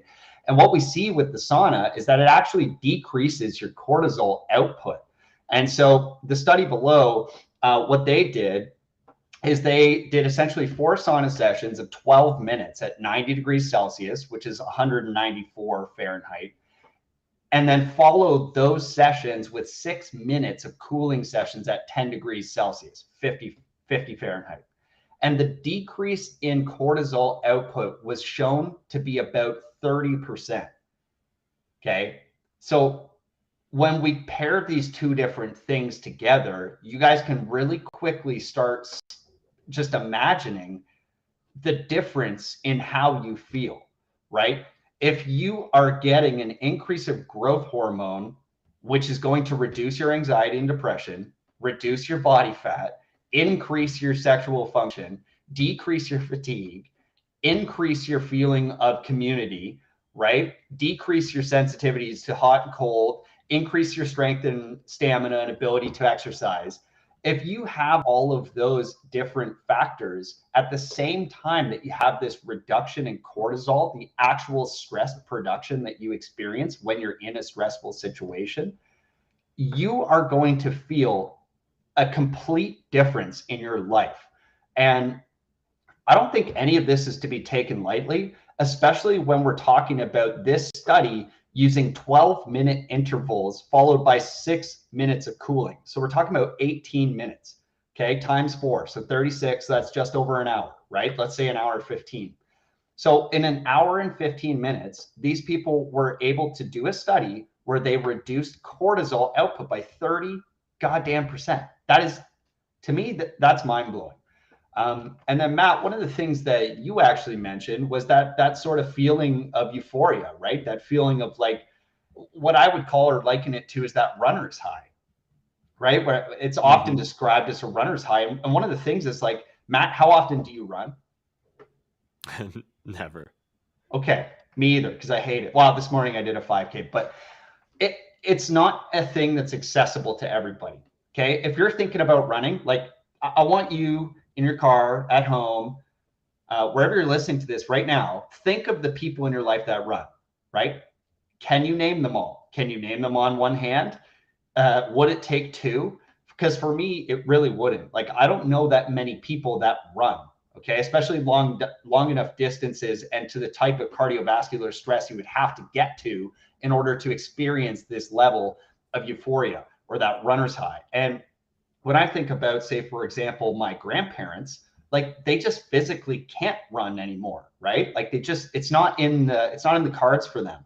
Or if you think about anybody in your life that's perhaps at a level of obesity that it would be extremely uncomfortable for them, or they wouldn't be motivated to do that type of thing. Well, this is a way for them to experience that level of euphoria and mood change that will carry out throughout the day for them without having that type of stress. And there's other situations too, like perhaps you have ligament damage, right? Or muscle damage, or some type of injury that's preventing you from getting out, if you are a runner, from getting out and doing that. Well, sitting in the sauna, this low impact activity is actually a way to access some of these benefits. So the way this works is that your body will produce dynorphin, which is actually the response that is causing that panic, right? So when your body's like, oh my God, it's so hot, we have to get out of here. Part of that is the dynorphin coming through your body. And what it's actually doing is it binds to these kappa receptors. And when it does that, it's essentially signaling to your body that, like, you got to change something about the situation we're in right now. Let's start affecting our behavior. Now, in the sauna, and this needs to be met with a sort of disclaimer, like, if you feel like you're going to die, get the hell out of the sauna. Like, this is your body actually telling you that. But there are safe, and we're going to cover sort of the temperature range next. We're going to cover the temperature range next and discuss, what is generally safe, but it will be different for other people. And one of the reasons for that is we get adapted to heat shock and we get adapted to cold shock, right? So if you're in the sauna and you're like, holy shit, I'm going to die. And you're sitting there with some other experienced sauna goer that's like, oh no, this is totally fine. I do this every day. It actually might not be okay for you. Okay. So just listen to your body. Although you do need to experience some discomfort so that you can get this dynorphin on your kappa receptors. One of the reasons why you want to do that is because the kappa receptors and the dynorphin essentially use the same pathways as your endorphins. And what's going to happen is that discomfort and mild panic feeling that you have while you're sitting in the sauna is going to later lead to an increase in efficiency on the endorphins that improve your mood and give you those euphoric feelings. Right? Those things that make you feel like if you are a runner, you'll be familiar with that runner's high. But what ends up happening with that, and why this actually matters, is because it will give you a higher baseline of happiness in your mood following the heat shock. So when you get out of the sauna, like, Matt, have you experienced this? When you get out of the sauna, you just feel happier? Yeah, for sure. I think that's one of the main upsides to the mild discomfort you feel while you're in it. Yeah. So when you get out of the shower or when you get out of the sauna, you will literally experience a greater feeling of happiness, which, I mean, that's great, but that sounds a little bit cheap to me, right? This sounds like a cheap date. But what ends up happening is it increases the level of happiness you experience when you're happy after that moment. Okay. So the longer term, the medium to longer term effect of having your endorphins be more efficient on the kappa receptors is that you will just literally be a happier person. Okay. So, and like, again, this is in addition to the reduction of cortisol. So you're going to experience less stress when you're stressed. You are also going to be at a higher level of happiness baseline and then experience the actual intensity of the happiness more when you feel it. So like, again, this shit was mind blowing to me because I'm like, saunas, whatever. It's at your local YMCA or, Good Life or whatever you have. But okay, so I just want to walk you through this, a little bit of a vision. You start using the sauna every day, following the practices and the outline that I'm about to give you as sort of a base for you to jump off with. You're overweight, you're anxious, right? You're not having the level of sexual activity you want or are interested in at all. You're fatigued. You feel like you're isolated from society. You feel like you can't really even work out because when you start working out, you need to rest more often, right? You're having issues at the doctor's office because you've got weird blood cholesterol. You start using the sauna on a daily basis because you get access to it, maybe through a gym membership or something more accessible than actually dropping the money on buying one for your own home. You start just doing this low impact activity that technically just requires your time and again, some money, but it just requires your time. I mean, we're not like going out purchasing a gym. We're not having to go lift weights. We're not having to use our body in this extreme way. We're just going to the goddamn sauna every day. And all of a sudden you're not, you're losing fat. You're feeling better. You have increased sexual activity. When you're stressed at work or in life, it's less. When you're happy, you're happier. You experience happiness, you experience love, you experience beauty even more intensely than you ever have before because your endorphins are working with greater efficiency. This is accessible through saunas of all things. I'm not talking about like a miracle drug here pushed out by some pharmaceutical company. I'm talking about literally sitting in a hot room and transitioning to something cold, right? And then getting back in the hot. That's what these studies that I literally read through myself this morning are saying with huge numbers of sample size. Like these guys were using real sample size, real statistically significant studies that seem to be backed up by really credible scientists, right? And again, I'm not the scientist. I just read these studies, but I am amazed at this stuff. So I think in saying all of this, we need to kind of discuss like, what is the way to actually use the sauna? So Matt, what temperature do you usually go into your sauna at?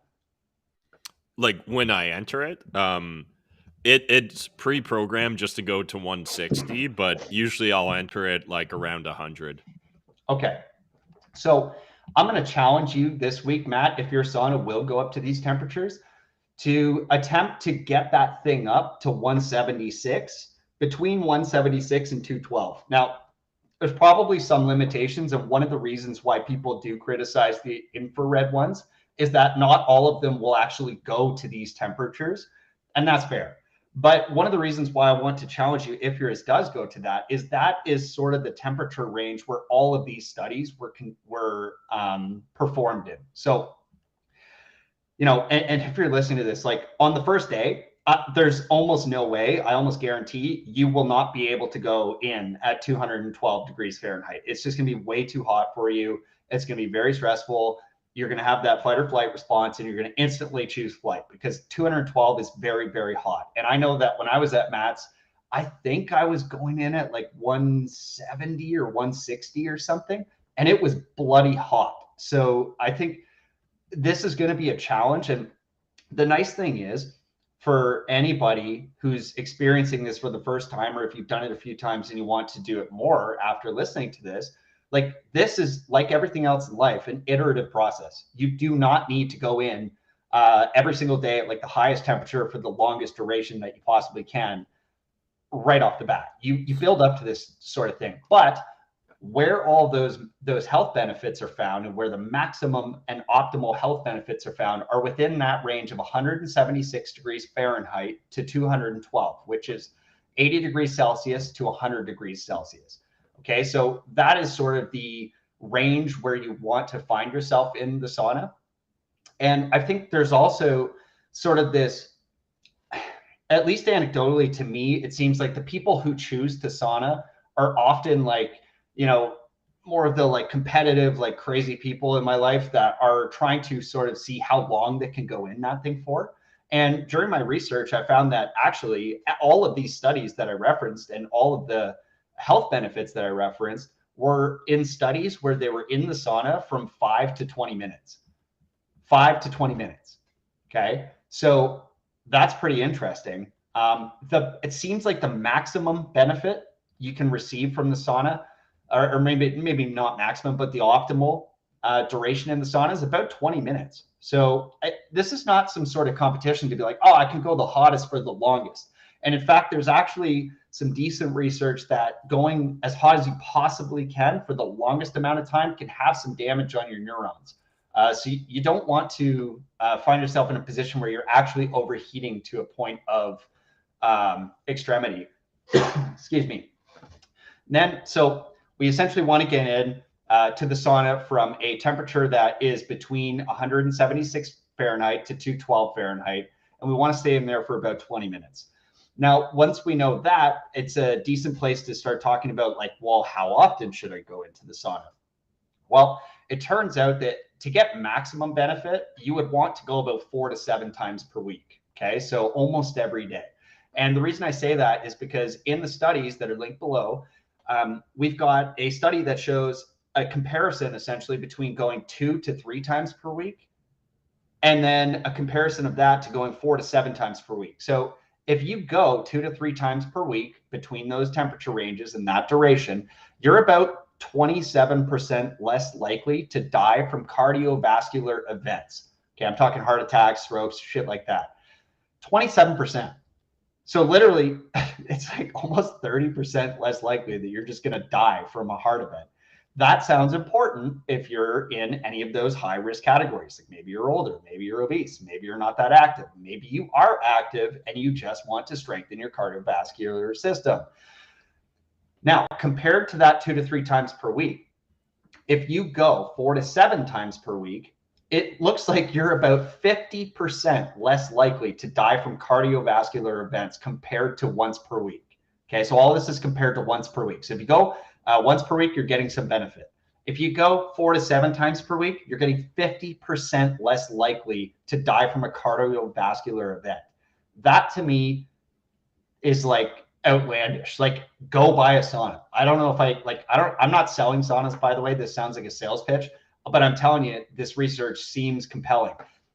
There was also a reference that I couldn't find the research on, but essentially they had referenced in a video that I was watching an indication that there was a decrease in all-cause mortality as well, a significant decrease, but they never referenced the study and they never referenced the amount. And so, one of our pillars here at Best Day Ever is just truth.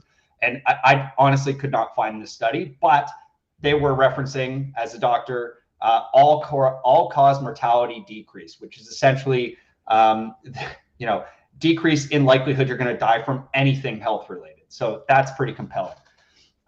Finally, we already kind of discussed the time of day, and I will send you back to Best Day Ever episode number 2, where we talk about sleep, where we discuss essentially your body needing to transition through those different temperature ranges in order to get the maximum quality of sleep that you're after through those different non-REM and then into REM stages of the sleep cycles. And essentially, in my research, one of the best things that you could do would be to have your sauna ideally a few hours at least before you're going to bed, but also ideally after you're having or planning any workouts or physically strenuous activity, because your muscles are going to relax. Everybody that's been in a sauna has experienced this. Like, you just straight up leave the sauna feeling like jello. And that's great. But it's not great if you're trying to get high performance in a resistance training or a high intensity interval training or running or anything like that. So that would be one of the things that I would mention. And yeah, I mean, that was basically what my research turned up. But one of the things to mention is something that I have already mentioned in the talk, but I'd like to just touch on again. And it's just that, like, every time you do this, you are going to be conditioning your body to the actual heat shock and the cold shock that you're entering. So,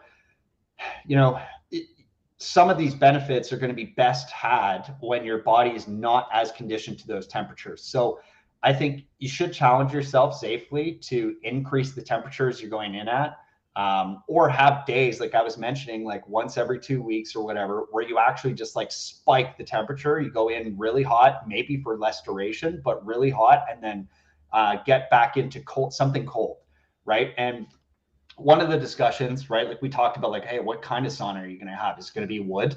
Is it going to be infrared? Is it going to be some other style of it? Like the original Finnish ones were called smoke saunas, which are really crazy. And a smoke sauna was like, to me, it sounds absurd, but they would literally just burn a shitload of wood in an enclosed space with no chimney or air entering it, and then like open the door, let all the smoke out real quick, and then get in immediately after the smoke cleared. And so, there's probably some issues with that, but things have evolved. So if you're thinking about selecting a sauna, there's going to be considerations, right? Like there always is with any product. Like, price, convenience, availability, and all that stuff. But it turns out that like there's not really a big difference when it comes to the things I discussed today. The importance was to get that POA system operating and triggering some of those endorphin changes and some of those systems through our body that regulate those temperatures. So honestly, infrared, wood, whatever the hell you want to use, it's not going to matter when it comes to those systems. Now, Matt brought up something interesting, which I just, first of all, wasn't going to fit into this discussion in terms of the duration. And also, it's just a lot of research.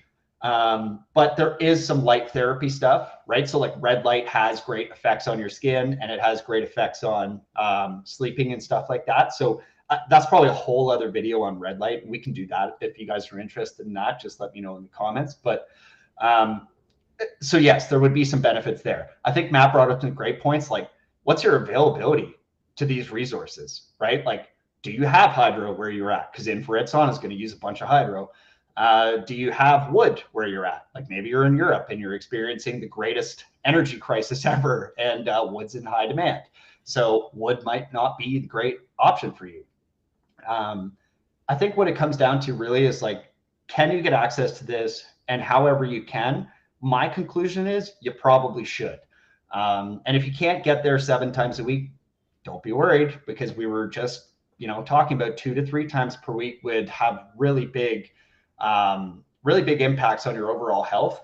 And just like even that one, like just the growth hormone spike alone from a single sauna session, right? From going hot to cold, being a 16-fold increase in growth hormone, like that is life-changing. That is literally life-changing for anybody. I don't care who you are. And yeah, I think I was blown away. Like I've heard, some of the more fit people, like maybe hear Joe Rogan being like, yeah, I was in the sauna before the show or whatever. It's like, okay, cool. That might be cool for Joe Rogan. He's got all the money in the world and he could just have whatever he wants, maybe just enjoys it. But when you actually read through this research, and I do invite you to look through the resources I posted below, because the studies are extensive and they're very long. So if you're interested in going down the rabbit hole, I'd invite you to do that. But I mean, the benefits, like Matt, were you aware of like half of this? But like, it sounds like you have done some research before, but I certainly wasn't really.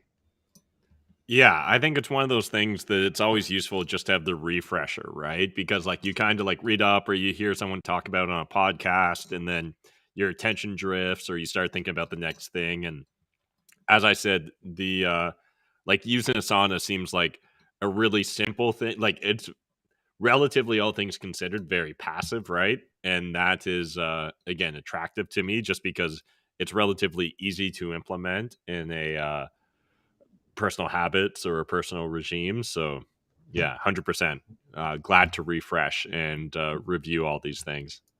Yeah, it's great. Yeah, the other thing too that you just mentioned, habits.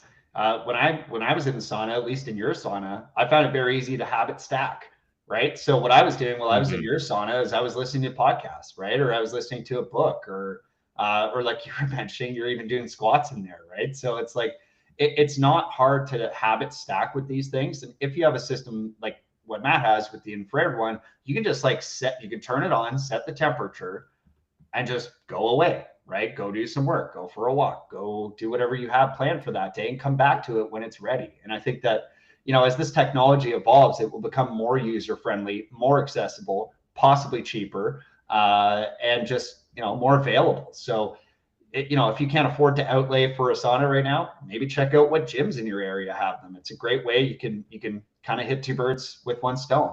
And anyways, yeah, I mean, guys, that's really all I had for today.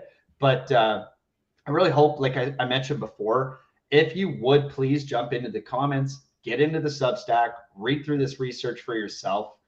You can't trust me, I'm no doctor, but these research elements, and the reason why we're doing this is so that we can become better informed ourselves, right? So that's literally why we're doing this. And it just so happens that, we can communicate it to you guys. And we would love to hear your side of the story. Like, do you use these things? Have you ever been in a sauna? What was your experience with that? What's your feedback on this discussion? Is there anything I missed, right? Because again, like there's a whole plethora of other stuff that were health benefits. I just couldn't find great research on it.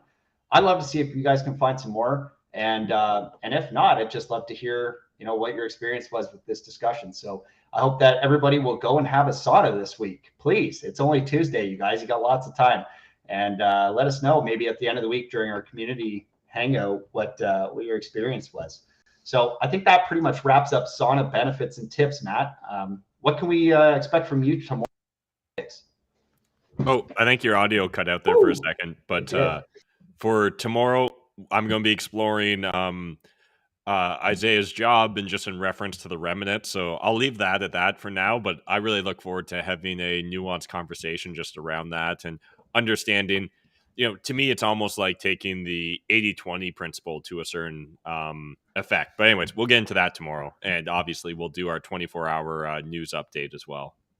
Awesome. Thanks, Matt. Well, that's it for the best day ever. And I hope you guys are also enjoying it with us. Cheers. Awesome. Thanks, guys.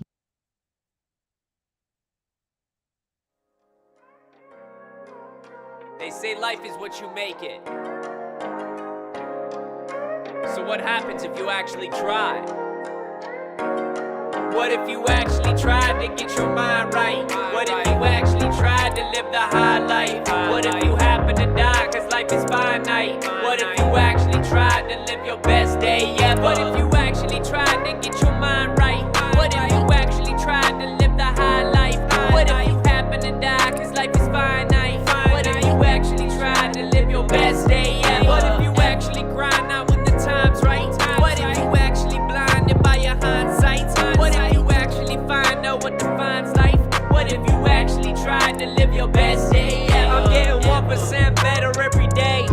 I'm getting 1% better every way. I'm waking up every day to a sunny day. No matter what the weather say, life is like a record, so just let it play.